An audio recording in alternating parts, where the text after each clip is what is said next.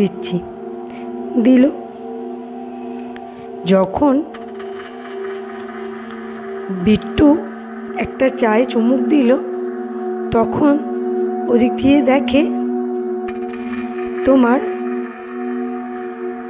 ছোটু আসছে। বলে, এই এত রাত্রে ছোটু দোকানে কি করতে আসছে? কি ব্যাপার রে?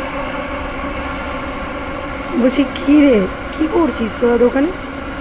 বলছি, আমরা ক্লাবে ছিলাম আড্ডা দিতে, দেখলাম পরেশ দাদুর চায়ের দোকান এখনো খোলা।